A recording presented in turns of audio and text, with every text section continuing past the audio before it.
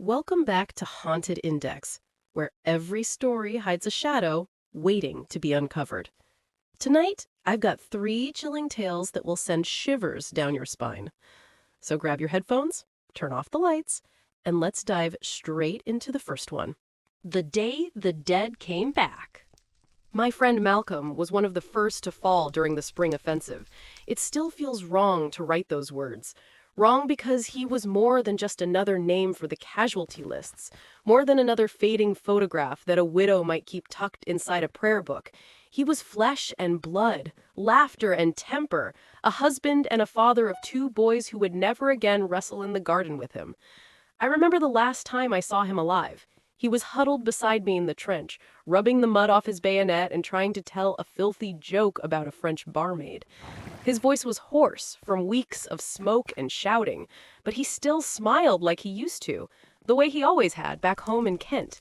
For a few minutes, while shells thundered in the distance and the cold gnawed at us through our uniforms, we almost forgot where we were. Then the whistles blew. The word was passed down. This was the final push, the great offensive that would break the enemy once and for all. I believed it because I had to, because after years of mud and blood, any promise of an ending feels like salvation. So we scrambled over the parapet with rifles in our hands and terror in our hearts. Malcolm was 2 yards ahead of me when the bullet struck. I saw the spray, heard the dull crack of bone, and then he pitched forward into the slurry of no man's land. His body jerked once, like a puppet whose strings had been cut, and then he was still. I didn't have time to stop. None of us did. The barrage screamed overhead, the machine gun stitched the air, and all I could do was throw myself forward and pray to whatever god still listened. That night, when I collapsed back into the trench with what was left of our company, I tried not to think of him lying out there alone in the mud, his eyes turned skyward, unblinking. But the truth is that you never really stop thinking about the ones who fall. They follow you in silence, their absence louder than the shells. At first, death in war is a shock. Later, it becomes routine. By 1918, we had learned to measure time not by days or hours, but by bodies. The men in our company died as predictably as the tides. Sometimes it was half a dozen in an hour, sometimes one poor bastard every morning like clockwork, as if death himself were keeping a strict schedule. But Malcolm's return, that was something none of us could have prepared for. I was on picket duty when I saw him. It was 3 nights after he had been cut down. The moon hung low, pale as a bone, and I was staring at the black wastes ahead when I caught movement, figures staggering through the wire coming from the direction of no man's land. My first thought was deserters. My second, prisoners escaping back to us? My hand tightened around my rifle. Then one of them stepped into the light, and I recognized Malcolm. For a moment, I thought I had gone mad from exhaustion, that my brain was inventing the face I wanted most to see. But he was there, plain as day, his helmet askew, his tunic ripped, mud caked thick over his boots. His eyes fixed on me with that same weary squint I'd seen 1,000 times, and before I could stop myself, I leapt forward and threw my arms around him. He was cold. Not the kind of cold you feel on a damp night, but the chill of a body long drained of warmth. When I pressed my ear to his chest, there was no heartbeat, and yet he stood, breathing in shallow rasps, blinking slowly as though waking from a long dream. Others followed behind him, 6 men from our own regiment. Some of them I'd seen struck down days earlier, riddled with bullets or missing half their faces, and yet here they were, walking, pale, slack-jawed, blood-soaked, but walking. We called the medics. They gaped at the wounds, at the shattered bones and shrapnel still embedded in the flesh. One man had a hole clear through his skull where a shell fragment had torn away the bone, and yet he shuffled along as if nothing was amiss. "How the hell are you still alive?" someone asked. The answer was always the same. Malcolm said it first, then the others repeated it in a flat monotone. He said we had a mission to accomplish. By dawn, dozens of them had returned. By midday, entire platoons. They came in waves, clambering through the wires, stumbling across the mud, climbing into the trenches with vacant stares. Men we had buried, men we had written letters home about, men whose screams we still heard in our dreams, all back again, their uniforms stiff with dried blood. We called them the lucky ones at first. We slapped their backs, laughed nervously, whispered about miracles. But as the hours dragged on, our awe curdled into unease. Their skin grew paler by the minute, their movements slower, more deliberate. They sat apart from us, huddled in silence, ignoring questions. When they did speak, it was only to repeat that same cryptic phrase. He said we had a mission to accomplish. None of us knew who he was. We didn't dare ask. That night, the front went silent for the first time in years. Not a single gun barked, not a single shell landed. Even the Germans had stopped firing. Rumors spread that their trenches were experiencing the same flood of pale men. The war itself seemed to hesitate, confused by the intrusion of something that did not belong in the realm of the living. A week before, we would have welcomed silence. Now it only made the air heavier. Men began to whisper questions our officers could not answer. What happens if we're shot now? Do we come back like them? Can any of us even die anymore? Is this war worth fighting if death won't end it? Our officers shouted at us, called us cowards, ordered us to ignore the invalids. Yes, that was the name we gave them, the invalids. It fit, though it did not capture the full horror of them. They weren't whole anymore, but they weren't gone either. They were stuck somewhere in between, and that unsettled even the hardest men among us. Things grew worse when the men in suits arrived. They came one morning in a line of motor cars, stepping into the trench with polished boots and bowler hats. They looked like bankers on holiday, except their eyes were sharp and hungry, and their notebooks filled quickly as they circled the invalids. They prodded them, questioned them, examined their wounds with morbid fascination. One of them even tried to pry a bullet from Malcolm's chest, remarking on how it had lodged neatly between two ribs without stopping him from standing upright. We were told in no uncertain terms that nothing we saw was to be written in our letters home. Military police patrolled the trench, seizing cameras and notebooks. A man was dragged away for sketching a likeness of one of the invalids, and none of us ever saw him again. The trench became less a place of soldiers and more a cage, its occupants studied like animals in a zoo. The invalids, for their part, wanted nothing to do with us. They gathered in their own dugouts, refusing to come out even when the sun rose. Their silence was heavier than the guns had ever been. And when they did meet our eyes, it was with something that looked a great deal like hatred. They had been through death and returned. We had not. That, I think, was the line that separated us. It was Malcolm that unsettled me most. He had once been my friend, the man I shared rations with, the man who promised to teach me to fish when the war was done. Now, he barely acknowledged me. He stared past me when I spoke, muttered that same phrase about a mission when pressed, and sometimes late at night I would catch him watching me with an expression I could not decipher. The worst part was that I still wanted to believe he was my friend, that the Malcolm I knew was in there somewhere, beneath the pallor and silence. But the longer I looked at him, the less I recognized him. The invalids had been among us for nearly a fortnight when the change came. At first, they lingered in silence, obeying orders with mechanical precision. They ate what little food was offered to them, though none of us saw them swallow. They stood in formation when commanded, though their eyes seemed to gaze past the horizon, beyond even the war. But one morning, without warning, they simply refused. I was in the trench when it began. An officer shouted for all men to muster for inspection, and while we, living, clambered out with our rifles, the invalids remained seated in their dugouts, staring at the dirt. The officer screamed, cursed, even threatened to have them shot. Still, they did not move. Instead, one by one, they reached for their helmets and rifles, not to polish them, not to carry them, but to discard them. Helmets clattered onto the ground, bayonets snapped against the trench walls, rifles were tossed into the mud. The sound of it was worse than shell fire. It was the sound of defiance, of an army deciding that it would not be an army anymore. Malcolm was the first to step away. He rose with deliberate calm, brushed mud from his tunic, and began walking down the trench line.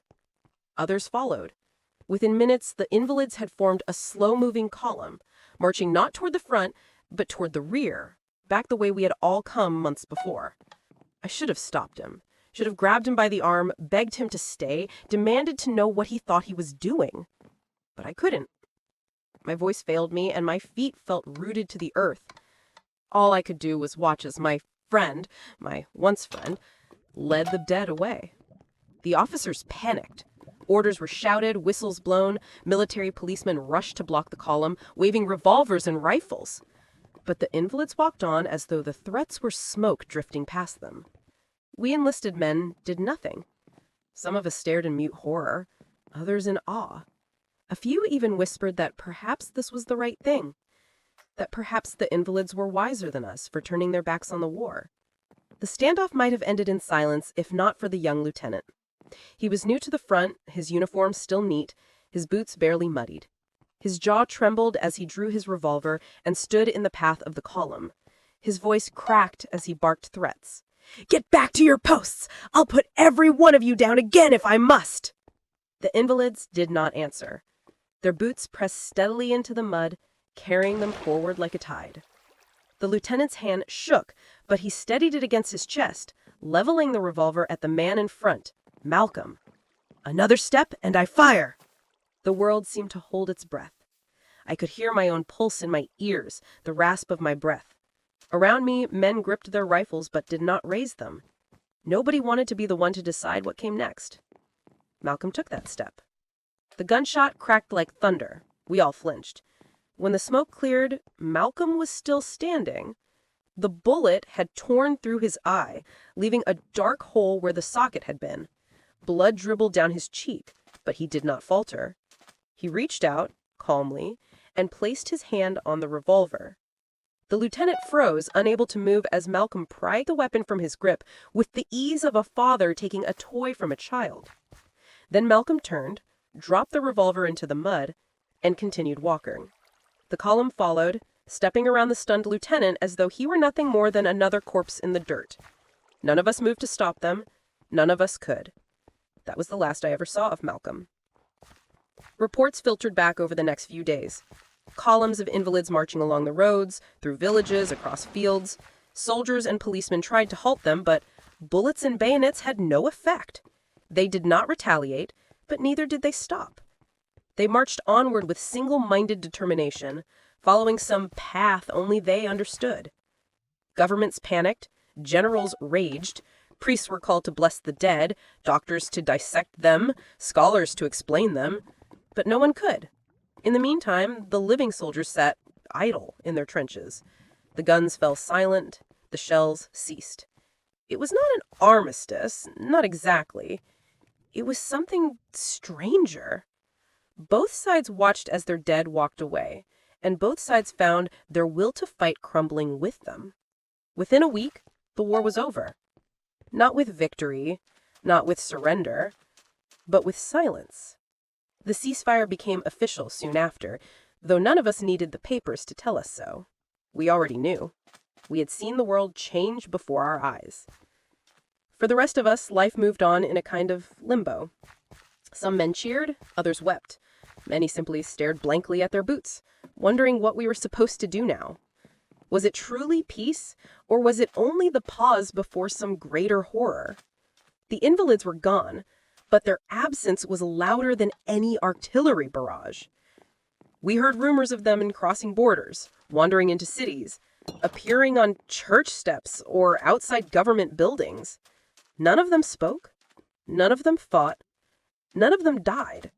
They simply walked, and the living scrambled to make sense of it. I think in the end, that was what broke the war. Not the loss of men, not the strain on resources, not even the exhaustion of nations. It was the realization that the world no longer feared living armies. What terrified them instead were the ones who could not be killed, who had stepped outside the cycle of sacrifice and obedience. I sometimes wonder if Malcolm remembers me, if somewhere in that endless march, beneath that pale skin and silent stare, he still recalls the man who once shared cigarettes with him in the cold, who once laughed at his crude jokes, who once hugged him in disbelief when he staggered back from death. I like to imagine he does. But when I close my eyes, I don't see my friend anymore. I see that empty socket, that calm defiance as he took the revolver from the lieutenant's trembling hands. I see him turning away without a word, leaving us behind. And I understand why. We were still prisoners of the war. He and the others had gone beyond it. They had been shown something that the living could not comprehend. Maybe that is their mission, the one they always spoke of. Not to fight, not to conquer, but to walk away, to show us the futility of what we cling to. Or maybe they march for reasons we will never understand, following some voice that only the dead can hear. What I know is this: the spring offensive did end the war, just as our leaders promised, but not in the way they had intended. The world has changed, and the living are no longer feared. It is the dead, the ones who refuse to stay buried, that haunt us now. And that brings the first story to a close. Creepy enough? Well, don't get too comfortable, because the second story is waiting. Mommy loves me. I felt my small body scraping along the forest floor, dragged over sticks, rocks, and tangled roots that clawed at my clothes. Leaves stuck to my arms, dirt pressed into my cheeks. I could feel every bump, every sharp twig, but strangely, none of it hurt. My nerves felt dull, like my skin had been wrapped in heavy cloth. It was the soup. I knew it. Something in it had made me tired, heavier than usual, like my bones had been stuffed with sand. I remember lifting the spoon to my lips, the broth tasting salty, with a bitter edge. My mom had smiled too wide when she watched me drink it, her eyes shining with something I couldn't name. Now here I was, being pulled through the woods by my hair. I'm only 7 years old. I thought at first maybe this was a new kind of game my mom invented. We didn't have toys, not really, so sometimes she made things up to pass the time. But after a while, when I saw how her hands trembled and heard the sobs breaking through her chest, I realized this wasn't any game. She dragged me for a while in silence, just her gasping breath and the crunch of her boots on dead leaves. Then she started breaking down. She'd stop every few steps, collapse to her knees, and cry out in a voice that didn't sound like hers. "It's too much," she sobbed. "It's too much. Not my only child. I only wanted to sing. I only wanted them to hear me and pay me for it." The words didn't make sense to me then, but I remembered them. I remember everything from that night. My mother was a singer. She used to hum while stirring pots, sing lullabies as I drifted to sleep, and belt out songs to empty rooms after drinking from a clear glass bottle with a blue cap. The liquid looked like water, but it smelled like gasoline and made her eyes glaze over until her voice rose wild and strong. "You got your mama's voice," she told me once, holding me against her chest while she swayed. "But you don't dare waste it. A gift that don't pay you is a curse that'll bury you." I never understood what she meant. To me, her singing was the prettiest thing in the world. Even when she was tired or angry, her voice still shone. She sang in clubs sometimes, little smoky places where grown-ups sat at round tables, drinking amber-colored stuff and puffing on white sticks that left trails of smoke. I'd hide behind curtains, peeking at her through the folds, feeling proud every time people clapped. One night, after a show, a man in a shiny suit walked up to us outside. "Great set, lady," he said, smiling with teeth too perfect to be real. "Thanks," my mom replied, suspicious at first, but softening as he handed her a card. He said he was a talent scout, that he worked with important people who could make her big. I didn't know what that meant, but the way her eyes lit up told me it was important. When we got home, she kissed the card like it was treasure. Weeks later, she took me with her to a tall building in the city. I'd never seen anything like it, its windows glittering like mirrors stacked toward the sky. We rode an elevator that hummed and shuddered all the way to the top floor. My ears popped, and she squeezed my hand. Inside, the man in the shiny suit greeted us, his smile fixed. He led us to a round table where another man sat, older, dressed all in black. His eyes were sharp, heavy, and when he looked at me, it felt like he could see inside my skull. My mom sang for him. She poured herself into the song, every note trembling in the air like a prayer. The man listened with no expression, his gaze locked on her face. When she finished, the silence was thick. Finally, he spoke. "You have the talent," he said slowly, "but do you have the will?" My will is stronger than most, my mother answered. He smiled, and it was the kind of smile that made my stomach twist. Then I want to make you a star. He pulled out papers, sliding them across the table. A simple contract. Fame, money, all the doors of the world opening for you. He told me to step outside the room. My mom nodded, so I obeyed, but I couldn't help peeking back. I saw her reading, lips trembling, eyes darting. She shook her head once, whispering, "No, I can't." The man leaned closer, cutting her off. "You'll be more famous than you can dream, but you must decide." Then she looked at me. She saw me standing in the doorway and tears filled her eyes. "Okay," she whispered. On the drive home, she was different. She stared straight ahead, knuckles white on the steering wheel. She didn't blink. She didn't hum. I asked if she was okay, but she didn't answer. That night, she made soup. I ate. Sleepiness swallowed me whole, and when I woke, I was being dragged into the forest. The fire came into view before the voices did. It blazed tall, sparks spiraling into the dark sky. Around it stood figures draped in long black sheets. Their faces were hidden, their chanting low and rhythmic. At first I thought it was Halloween, though the wrong month for it. But the air was too heavy, the smoke too bitter, the voices too cold. My mother laid me on a flat rock before the fire. The stone chilled my back.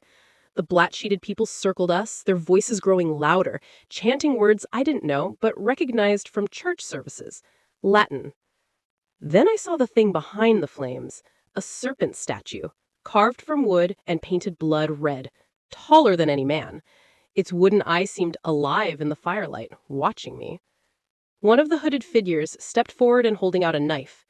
My mother's hands shook as she took it.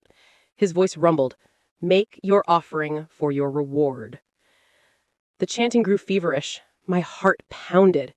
My mother stepped toward me, knife raised. Tears streamed down her face. Her mouth trembled as she whispered, "Mama loves you." The blade rose higher. And then I caught her wrist. Gasps rippled through the circle. One voice hissed, "It cannot be." I stood.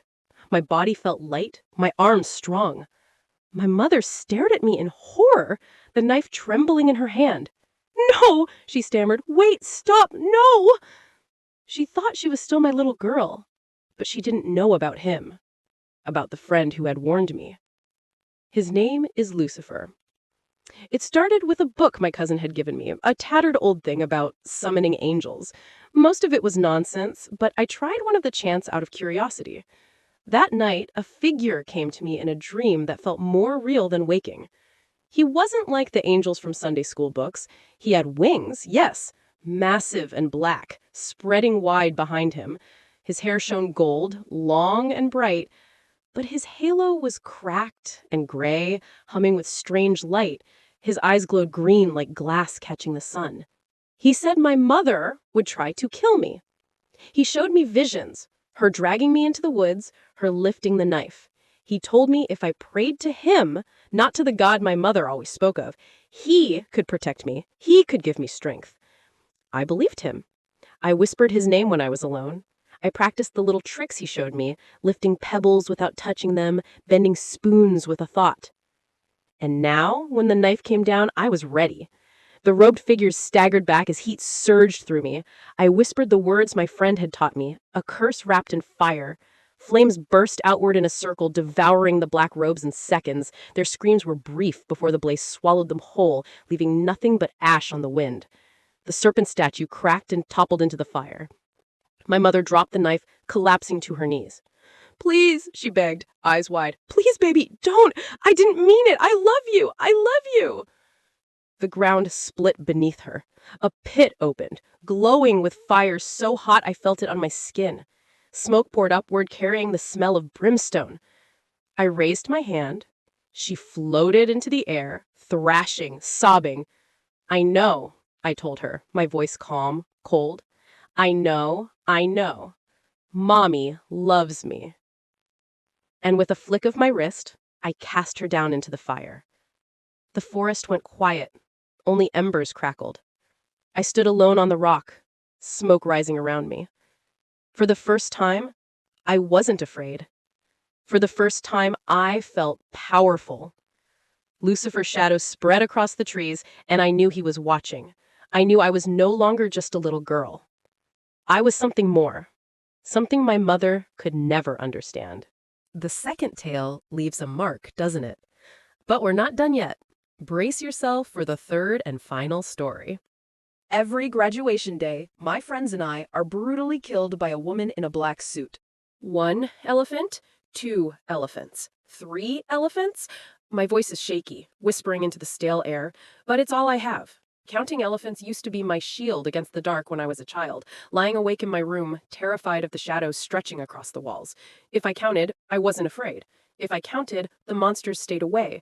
But here, in this endless hallway, the numbers don't bring comfort. They tick off seconds until death. The fluorescent lights above me buzz, some flickering, others dead entirely, leaving gaps of shadow that seem too thick, too heavy, like they're made of something solid. The air smells metallic, sharp in my nose and on the back of my tongue. Dust clings to everything, but there's no sound, except the faint hum of electricity and my own footsteps against the tile floor. It looks like a school, the kind of school you see in dreams, where the proportions are wrong. Lockers stretched too tall, doors that all look identical, and hallways that go on forever. And then there's the sound. Click, click, click. The deliberate tap of heels against tile. Not hurried, not frantic, just steady, measured, inevitable. My stomach tightens. I don't need to see her to know who it is. She always comes. The woman in the black suit. Her face is a smear of nothingness, a blurred canvas where eyes and a mouth should be. Sometimes I imagine features surfacing for a second, a glint of something cruel, the sharp line of lips, but then it's gone, wiped clean. She doesn't speak. She doesn't have to. Her presence is enough to command the same thing every time. Run. My legs obey before my mind even decides. I sprint down the corridor, the squeak of my shoes swallowed by the cavernous echo of the building. Lockers streak past me in shades of blue and gray. My lungs burn, my throat raw from sucking in the dusty air. Behind me, the clicking stops, and that's somehow worse than hearing it. Silence means she's closer. Silence means she's waiting for me to realize I'll never escape. 4 elephants, 5 elephants, 6 elephants. The words spill between ragged breaths. My mantra, my charm, the fragile thread keeping me from unraveling completely. I reach for doors as I pass, yanking handles that won't budge. Every classroom locked, every stairwell sealed, every exit sign glowing above a door that refuses to open. Panic claws at my chest, but I keep running because stopping isn't an option. I know what happens if I stop. I've felt it before. A shadow moves at the edge of my vision. I glance over my shoulder. She's there, closer than she should be. No footsteps, no warning, just suddenly half the distance away, gliding forward, with a tilt of her head, as if studying the way my body strains to keep ahead of her. Her suit is perfectly fitted, black fabric without a wrinkle, as though she stepped out of a photograph. The more I look, the more the blur of her face pulls at me, like quicksand dragging me in. I tear my eyes away before I lose myself in it. 7 elephants, 8 elephants, 9 elephants. My legs are lead now. I turn a corner too fast and slam into the wall, the shock jolting my teeth together. Pain radiates through my shoulder, but there's no time to process it. I push off and keep going. The hallway stretches impossibly long again, as though I've run into a loop. The same row of lockers, the same faded poster peeling off the wall, the same broken light stuttering above me. My throat tightens. I've been here already. I'll never get out. And then she's there. Not behind me, but in front. Waiting. She doesn't move at first. She lets me skid to a stop, lets me feel the hopelessness sink in before she takes a single, measured step forward. That's all it takes to shatter my will. I scream, wordless and broken, and fling myself at the nearest door. Locked. I hammer at it until my fists ache, but it won't give. She's closer now, the blur of her face almost brushing mine. A sharp crack echoes, and for a moment I think it's the door breaking, but no, it's me. Her hand drives through my chest like it's paper. Cold, burning electric pain floods every nerve as I'm lifted off my feet, impaled by something I can't see but feel everywhere. My vision whites out, the world collapsing inward. 10 elephants, 11 elephants. The words choke in my throat as darkness swallows me whole. Then, 1 elephant, 2 elephants, 3 elephants. I gasp, staggering upright. The hallway again. The same hum of lights, the same smell, the same lockers, the same dust. My chest is whole, though I swear I can still feel the echo of her hand piercing through me. My hands shake as I touch myself, searching for wounds that aren't there. Nothing. Not even blood. But the fear remains, seared in my nerves. The click of heels again. Slow. Patient. As if the last time never happened. I scream at the empty air. What do you want from me? My voice bounces back, mocking me. There's no answer. There never is. Just the inevitable sound of pursuit. This time, I don't run immediately. I force myself to stay still, to listen. The hallway stretches in both directions, but I know whichever I choose, she'll be there. The numbers slip out anyway, automatic now, unstoppable. 4 elephants, 5 elephants, 6 elephants.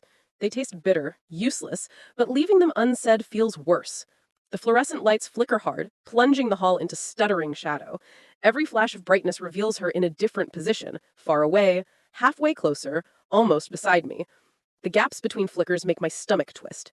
How many times did she move while I couldn't see? How much ground did she cover in that stolen darkness? 7 elephants? 8 elephants? 9 elephants? My legs are lead now. I turn a corner too fast and slam into the wall, the shock jolting my teeth together. Pain radiates through my shoulder, but there's no time to process it. I push off and keep going. The hallway stretches impossibly long again, as though I've run into a loop.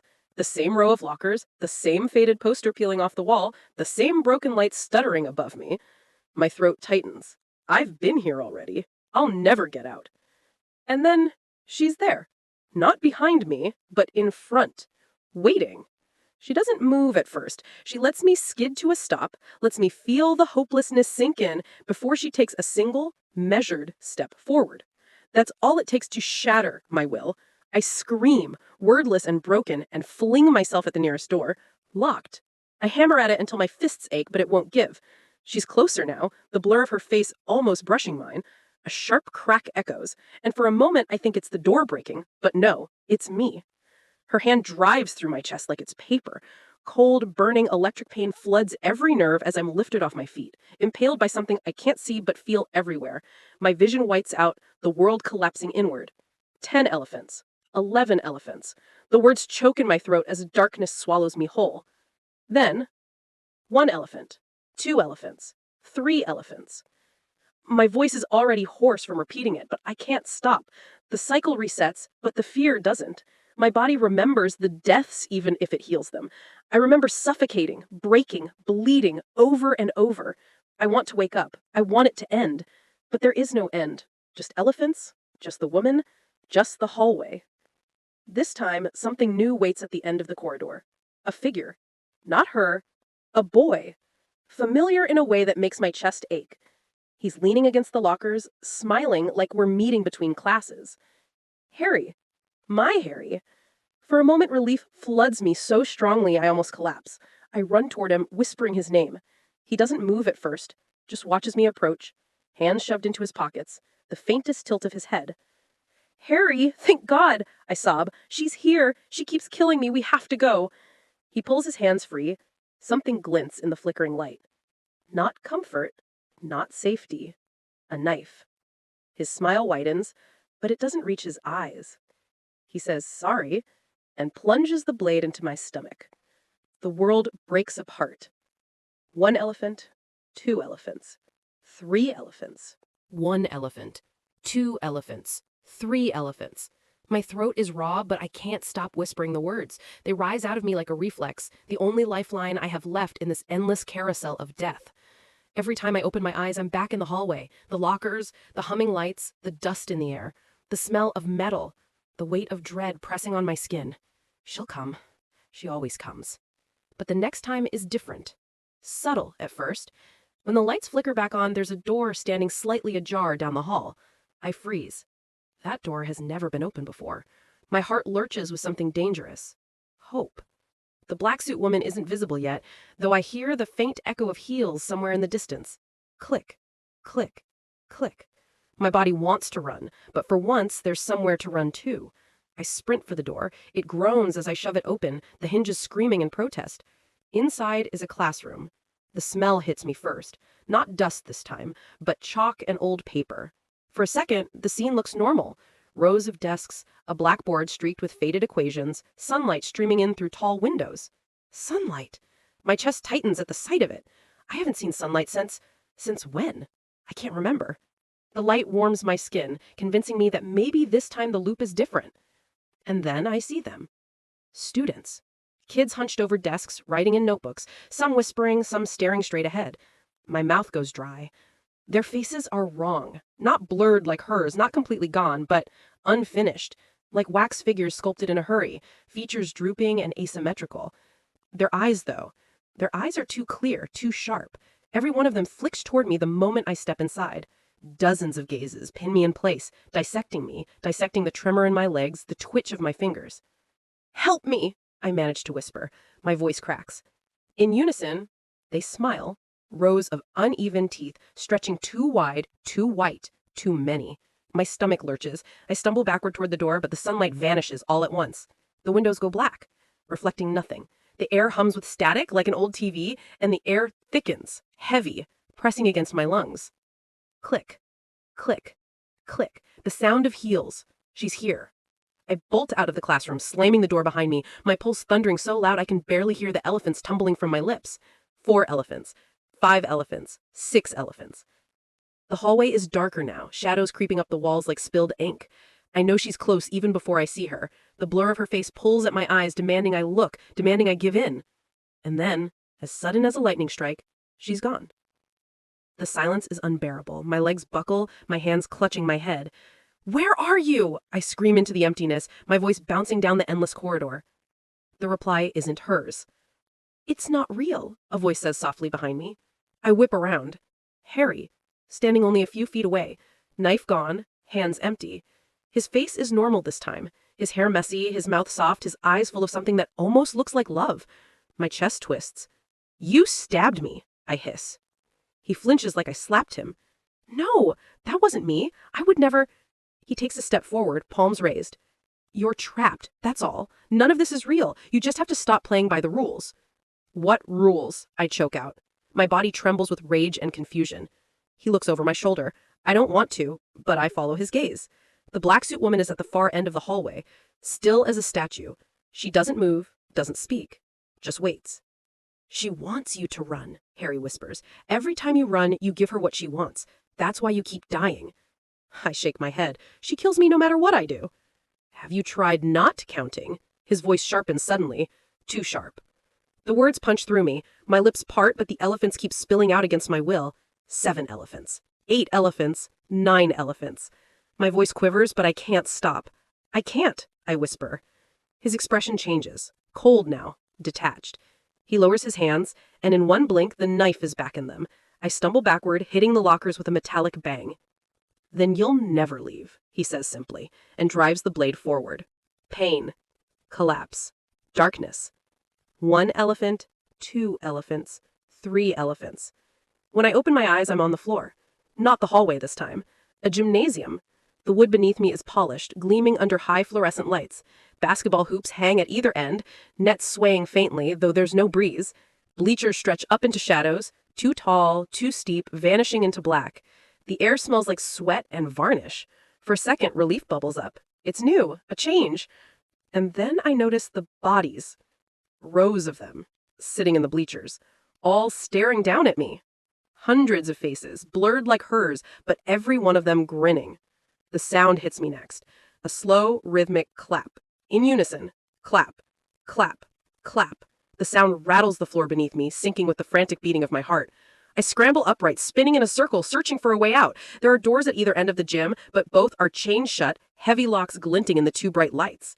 The clapping grows louder, faster, until it's a deafening roar. I press my hands to my ears, but it's 1 elephant. 2 elephants. 3 elephants. This time, when the world reforms, I'm not in a hallway, not in a classroom, not in a gym. The air is colder, wet with humidity. My eyes sting from the sharp tang of chemicals. A low, mechanical hum fills my ears. When my vision steadies, I see glass. Dozens of enormous glass cylinders stretching into the distance, filled with pale green liquid. Each one glows faintly, the light bending through the mist in the room. Tubes snake across the ceiling like veins, dripping, pulsing, alive. I stagger to my feet, my bare soles slapping against the damp floor. My reflection flashes across a tank as I move past, except it's not my reflection. My chest tightens. Inside the glass is me. Or rather, something that looks like me.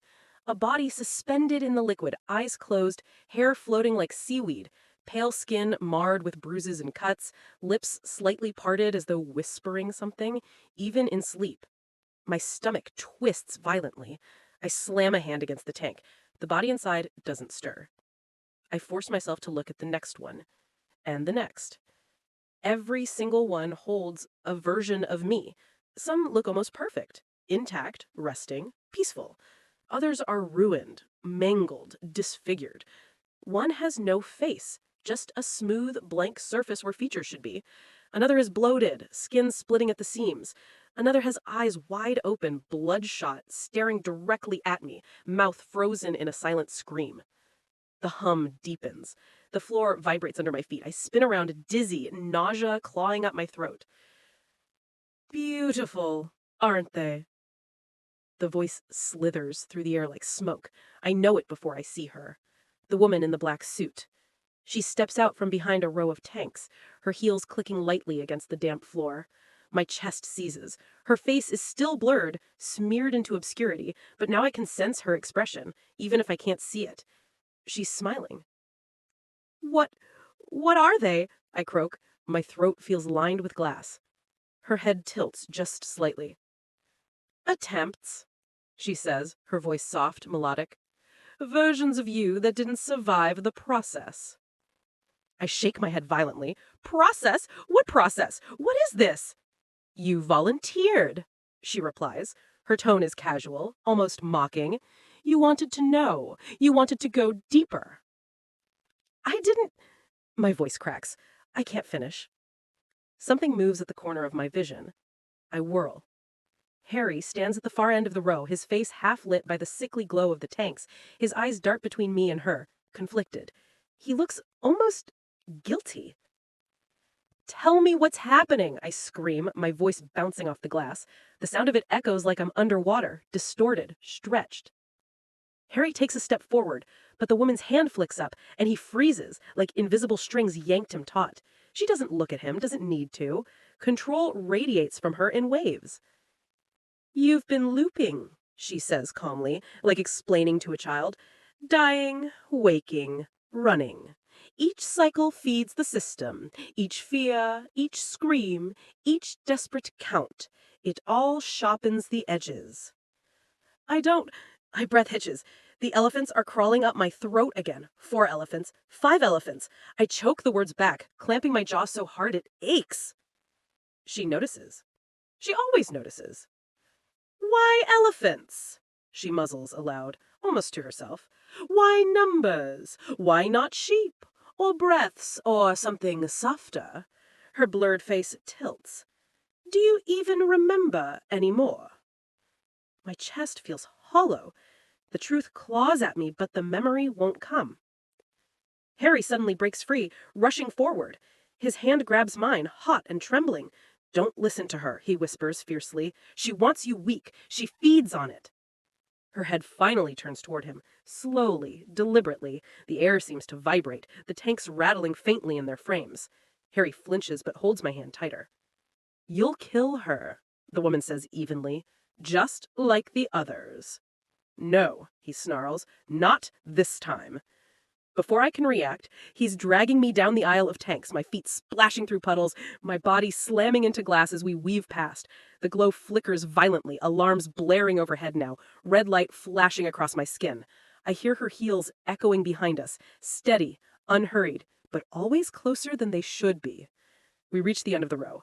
A door waits, steel and imposing, with a keypad glowing faintly beside it. Harry punches in numbers with shaking fingers. My heart pounds so hard I can barely breathe. It doesn't open.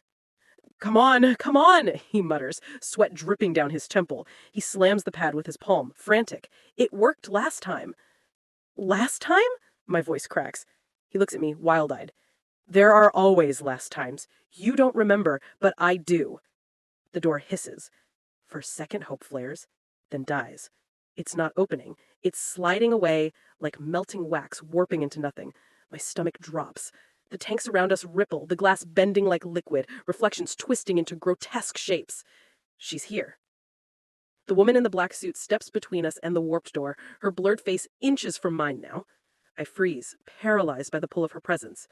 Her voice is a whisper that echoes inside my skull. You can't run. The elephants spill out, tearing past my clenched teeth. 6 elephants, 7 elephants, 8 elephants. Harry grabs my shoulder, shaking me violently. Fight it, he screams. You don't have to count. You don't have to play. But I do. My body refuses to stop. 9 elephants, 10 elephants, 11 elephants. Her hand reaches out, pale fingers extending, inches from my throat, and then darkness. I wake in one of the tanks. Cold liquid fills my mouth, my lungs choking me. My body thrashes violently against the glass, nails scraping until they tear. My eyes sting from the green glow, but I see it. Another me, outside, staring back at me through the glass. Her mouth is moving, whispering the count. 1 elephant, 2 elephants, 3 elephants. Her lips tremble with every number. Her eyes are mine, but colder, empty. I slam my fist against the glass, bubbles exploding from my mouth. She doesn't help. She only counts. And then, just as my chest burns, just as the liquid claws me into unconsciousness, I wake in the hallway again. 1 elephant, 2 elephants, 3 elephants. I don't know how long I've been here. Each loop rots pieces of me away. I try to hold on to scraps, faces, moments, flashes of something before the white room, but they slip through my fingers like sand. Every time I open my eyes, I'm less. This time I'm not standing in the hallway. I'm seated. My wrists are bound to a chair, metal cutting into my skin. A spotlight burns hot against my face, blinding me. The rest of the room is swallowed in darkness. I try to move, but the straps bite deep, pinning me down. Why do you fight? Her voice floats out of the shadows, smooth, patient. I clench my jaw, but the numbers press up anyway, scratching my throat raw. 4 elephants, 5 elephants, 6 elephants. A shape leans forward into the light, the woman in the black suit. Her blurred face is inches from mine. For the first time, I swear I feel her breath. Warm, damp, human. I recoil, but the restraints hold. You think the counting keeps you safe, but really, it's the lock, the chain, the cage. I shake my head violently, tears pricking my eyes. I don't have a choice. You always have a choice. She tilts her head, blurred features bending in ways no human face should. The problem is, you never like the other option. I thrash against the chair, the metal scraping skin off my wrists. What do you want from me? Her voice sharpens. Everything. The spotlight cuts out. For a moment, silence and darkness suffocate me. Then a new light flares behind me. A projector. The sound of film reels clicking fills the space. On the wall in front of me, images play. Me. Not just me in the hallway, me in places I don't remember. Sitting at a birthday table, candles flickering. Walking across a college campus with books under my arm. Sleeping beside someone I don't recognize, their hand resting gently on my chest. Laughing at something, head thrown back. My chest aches. My throat closes. I don't remember any of this. Is it real? I whisper. Her voice hums beside me. Does it matter? The film sputters, melting into static. The projector clicks off. I'm alone in the dark again. And then, don't believe her. Harry's voice. I twist in the chair. He's suddenly there, crouched beside me, his face ghostly pale in the dark. He pulls at the straps, yanking them loose one by one. His hands tremble. She wants to erase you, he says, panic edging every word. You're just fuel to her. That's all you've ever been. The last strap snaps free. I stumble to my feet, swaying. Then what are you? I spit, my voice shaking. You stabbed me. You left me. You... His eyes glisten. I'm trying to deceive you. The room shifts. Walls peel away like paper, curling and disintegrating into white fog. The floor crumbles beneath my feet. I grab his arm in blind terror, but the fog solidifies again. Into something new. A hospital ward. Rows of beds line the room, each one occupied. At first I think they're strangers, patients. But when I look closer, my stomach turns to ice. They're me. All of them. A dozen versions of me lying unconscious under thin blankets, hooked to machines that beep steadily. IV bags drip clear liquid into their veins. Some look healthy. Others look gray, fragile, decayed. The sound of footsteps. Not hers this time. Nurses, in white uniforms, glide between the beds, their faces blurred like hers. They adjust IV lines, check pulses, scribble notes. None of them look at me. It's like I'm not there. "What is this?" I whisper, clutching Harry's sleeve. He doesn't answer right away. His jaw tightens, his eyes darting from bed to bed, like he's memorizing every detail. Finally, he says, "These are the fragments, pieces of you, running in parallel. Some make it, most don't." My skin crawls. "So which one am I?" He finally looks at me, and his silence is worse than any answer. The nurses pause in unison, heads snapping toward the far end of the ward. My heart stops. She's there, the woman in the black suit, standing at the foot of one of the beds, hands folded neatly in front of her. Even blurred, I can feel her eyes on me. Harry grabs my hand. We need to move. But my feet refuse. I'm rooted in place, watching as she drags one hand across the body in the bed. That version of me convulses, arching violently before collapsing limp. The heart monitor flatlines in a long, piercing whine. She tilts her head slowly in my direction, like she knows I'm watching. I wrench free from Harry's grip and scream, "Stop it! Stop killing me!" Her voice cuts through the ward, cold and measured. "I'm not killing you. I'm pruning you." The beds rattle violently.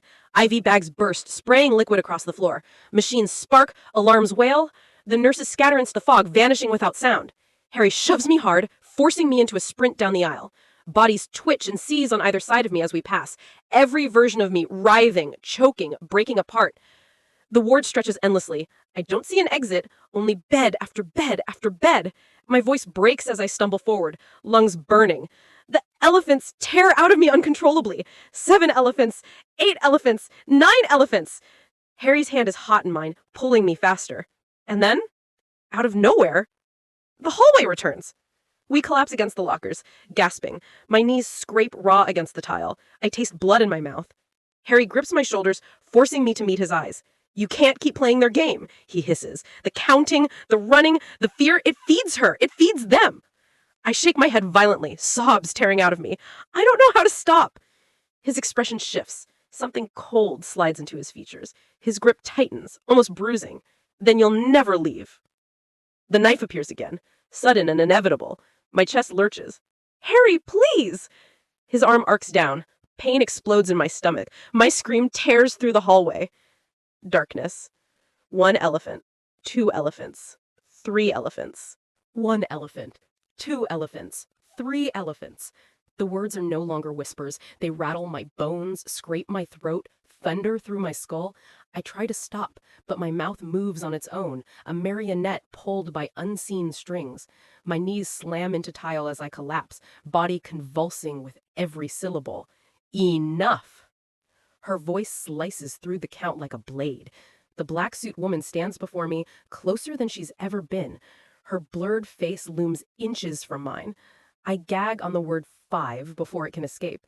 For the first time in what feels like eternity, the count halts. My jaw locks shut, aching with the force of it. She crouches, tilting her head in mock curiosity. "Do you want to know what you are?" My chest heaves. I can't speak. I can't move. All I can do is listen. "You're a test," she says softly. "A simulation, a loop, a question without an answer. Every version of you thinks they're real. Every version begs, fights, runs, but in the end they all collapse into the same silence."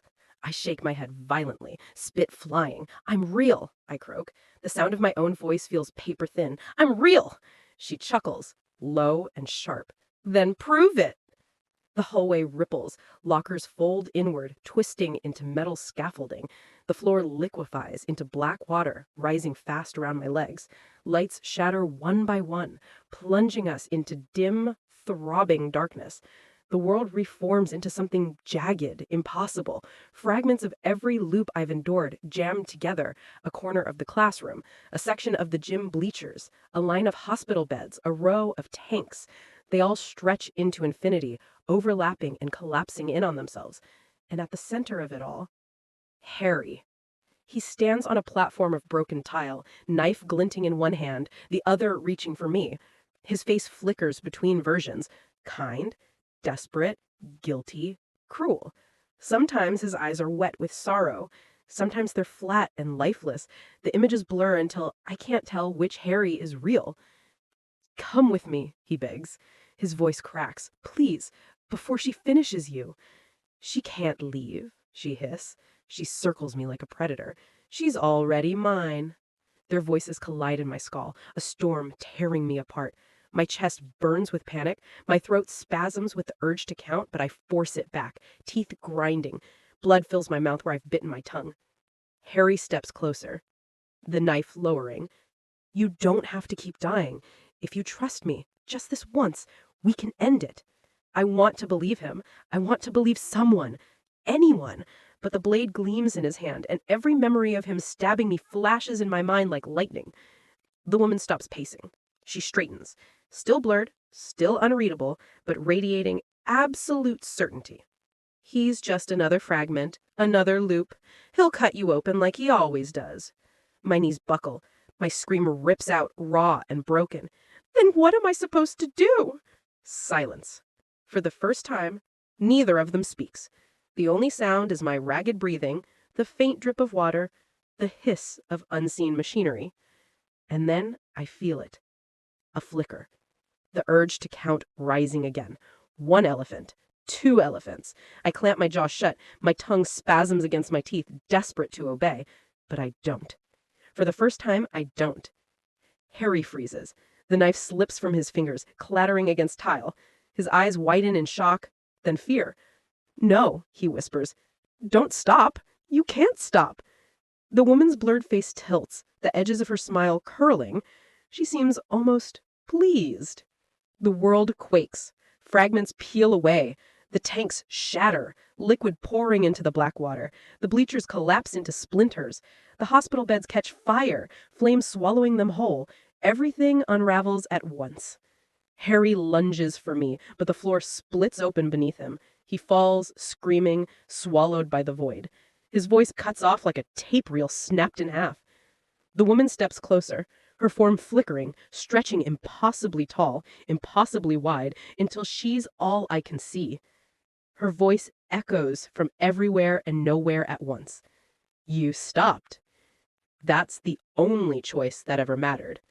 My body convulses, my head pounds, the elephants claw at my throat, furious, wild, demanding release. But I keep my mouth shut. Blood drips down my chin from my bitten tongue. The world goes white. I wake in a bed. Not a hospital bed, a real bed. Sheets soft against my skin, sunlight streaming through a window. Birds chirp outside. For a moment, a dangerous hope blooms in my chest. Maybe it's over. Maybe I won. I swing my legs over the side of the bed. My feet hit warm carpet. My throat is dry, but no words spill out. No elephants, no numbers. I laugh shakily and disbelievingly. Tears blur my vision. I stand, stepping toward the window. The sunlight is golden, perfect, warm against my face. I press my palm to the glass. And then I see it. The reflection. Not mine. Her blurred face stares back at me from the window pane, smiling. My mouth opens on its own. 1 elephant, 2 elephants, 3 elephants. And with that, we've reached the end of tonight's collection. 3 stories, 3 nightmares to keep you company in the dark. If you enjoyed them, don't forget to like, subscribe, and share with someone who loves a good scare. Until next time, stay alert, stay safe, and remember, the shadows are always closer than they seem.